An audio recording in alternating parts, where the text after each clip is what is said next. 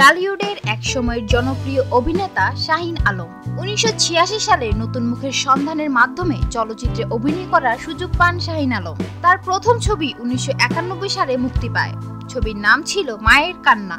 তিনি চলচ্চিত্রে অভিনয়ের আগে মঞ্চনাটকে কাজ করতেন। চলচ্চিত্রে অশ্লীলতার যুগ শুরু হলে নায়িকাদের পাশাপাশি যে সকল নায়কদের নাম উচ্চারিত হয়েছে তাদের মধ্যে শাহিন আলম অন্যতম। চলচ্চিত্রে ক্যারিয়ার গড়ার লক্ষ্যে ইতিবাচক অভিনয়ের মাধ্যমে যাত্রা শুরু করলেও অশ্লীলতার স্রোতে গা ভাসানো থেকে নিজেকে দূরে সরিয়ে রাখতে পারেননি তিনি।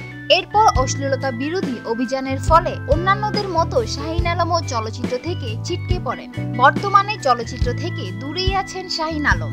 মাঝে মাঝে দুই একটি ছবিতে অভিনয় করলেও সেগুলো উল্লেখযোগ্য কিছু নয়। শাহিন আলম এখন পুরো দোস্তরে কাপড়ের ব্যবসায়ী। ঢাকার গাউসিয়াতে তার নিজস্ব ব্যবসা প্রতিষ্ঠান রয়েছে।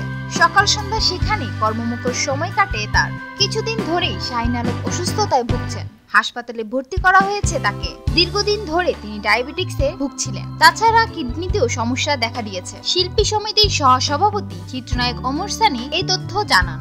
এ প্রসঙ্গে ওমর সানি বলেন, শাহিন আমার খুব ভালো বন্ধু। আগে থেকেই ওর ডায়াবেটিসের সমস্যা ছিল।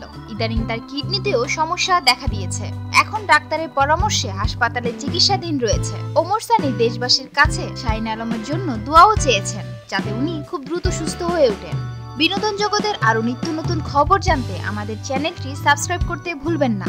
লাইক, কমেন্ট, শেয়ার করে সঙ্গেই থাকুন।